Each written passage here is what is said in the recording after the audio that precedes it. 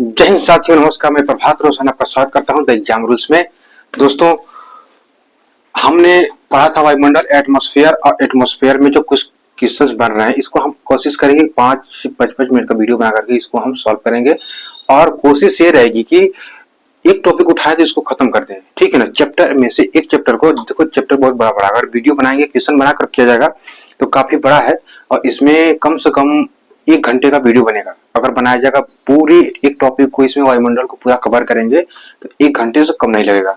अगर पूरा क्वेश्चन फंसाना है तो कम से कम 1 घंटे लगेगा, क्योंकि भाई देखो, पॉइंट में अगर क्वेश्चन बनाया जाए तो वो बेटर रहता है। अगर पूरी पॉइंट को देखते देखते क्वेश्चन बनाओगे तो बहुत सारे क्वेश्चन बन जाएंगे, आप उसी में से फंसते हैं एग्जामों में ज्यादातर। और अगर पूरा देखना है, इतना समय हमारे पास तो है नहीं कि 1 घंटे बना करके उसको वेस्ट किया जाए, ठीक है। लेकिन कोशिश करेंगे कि 5-6 वीडियो में इसको हम खत्म कर दें। पहला वीडियो जो हमारा है उसमें एटमॉस्फेयर को देखा जाएगा। एटमॉस्फेयर से पहले ये उम्र कुछ कहा मैंने, ये उम्र कुछ कहा मैंने, पर शायद तूने सुना नहीं, शायद तूने सुना नहीं। तू छीन सकती है बचपन मेरा, पर मेरा बचपना नहीं। तू छीन सकती है बचपन मेरा, पर मेरा बचपना नहीं। हर इंसान का दिल बुरा नहीं होता, और हर एक इंसान बुरा नहीं होता। बुझ जाते हैं दिए कभी तेल की कमी से, लेकिन हर बार कसूर हवा का नहीं होता, हर बार कसूर हवा का नहीं होता। पहला क्वेश्चन अपना है, वायुमंडल का संबंध पृथ्वी पर किससे है। वायुमंडल का संबंध पृथ्वी पर किससे है। भाई देखो, वायुमंडल का संबंध पृथ्वी पर गुरुत्वाकर्षण से है। गुरुत्वाकर्षण ही है ऐसा जो पृथ्वी पर सभी चीजों को पृथ्वी जो अपनी तरफ सभी चीजों को आकर्षित करती है, अपनी तरफ खींचती है। तो क्या है? गुरुत्वाकर्षण है, गुरुत्वाकर्षण है। और देखो, धरातल से ऊपर जाने पर, नेक्स्ट क्वेश्चन है, धरातल से ऊपर जाने पर गुरुत्वाकर्षण का मान होता है, कम होता है या ज्यादा होता है? कम होता है या ज्यादा होता है? कम होता है या ज्यादा होता है? धरातल से ऊपर जाने पर गुरुत्वाकर्षण का मान कम होता है या ज्यादा होता है?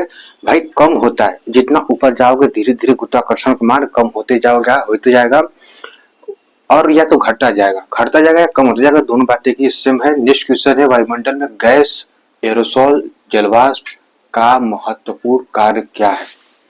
इन तीनों का कार्य क्या है? किसका? गैस, एरोसोल, जलवाष्प। भाई देखो, थ्योरी में मैंने सब कुछ बताया है, इसका मतलब क्या होता है, एरोसोल का मतलब, और गैस और जलवाष्प का कार्य क्या होता है, अलग अलग कार्य है। ये कैसे बनते हैं, किस तरह से अपना यह कार्य शुरू करते हैं, और इनका ये कहाँ पाए जाते हैं, ठीक है।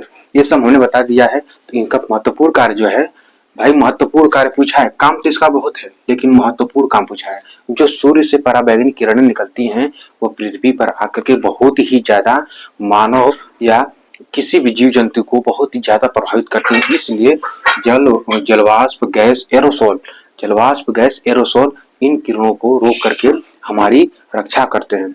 नेक्स्ट क्वेश्चन है, वायुमंडल के घटक कौन कौन से हैं? नेक्स्ट क्वेश्चन है, वायुमंडल के घटक कौन कौन से हैं?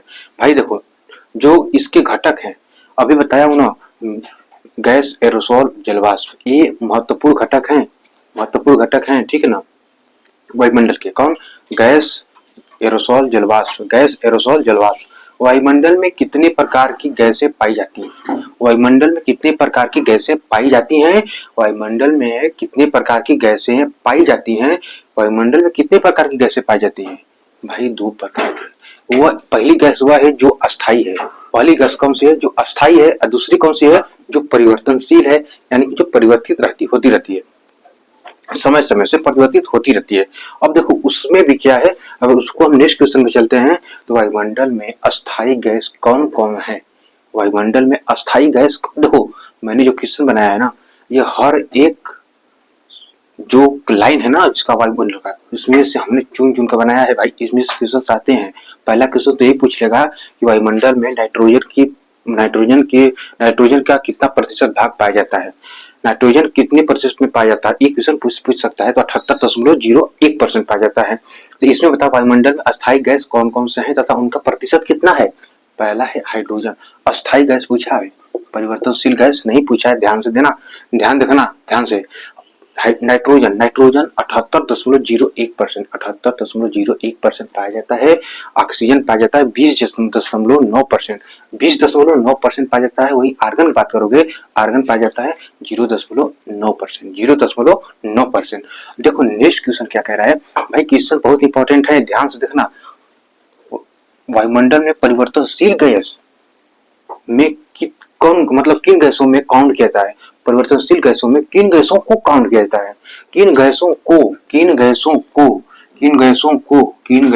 काउंट किया जाता है।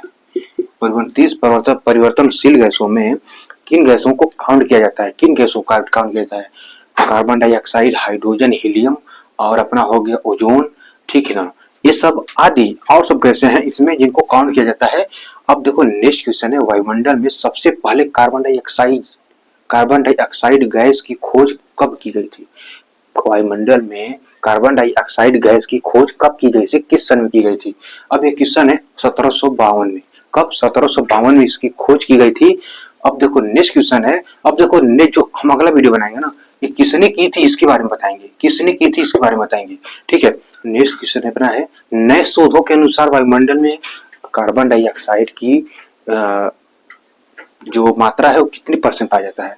कार्बन डाइऑक्साइड की मात्रा वायुमंडल में कितने परसेंट पाया जाता है नए शोधों के अनुसार, 0.04%, 0.04%, ठीक है। हम कमेंट बॉक्स में आंसर देना कि वायुमंडल में इन मंडलों की जो परत है इन कितनी प्रकार की होती हैं और कौन कौन सी होती हैं, कमेंट बॉक्स में कमेंट करना, ठीक है ना। फिर मिलेंगे नेक्स्ट वीडियो में, और वीडियो का अच्छा लगा हो तो प्लीज शेयर कर देना, सब्सक्राइब कर देना, लाइक करना, कमेंट करके बताना कैसा लगा। फिर मिलेंगे नेक्स्ट वीडियो में, तब तक के लिए धन्यवाद। अपना और अपने परिवार का ख्याल रखना। जय हिंद, जय भारत, लव यू इंडिया।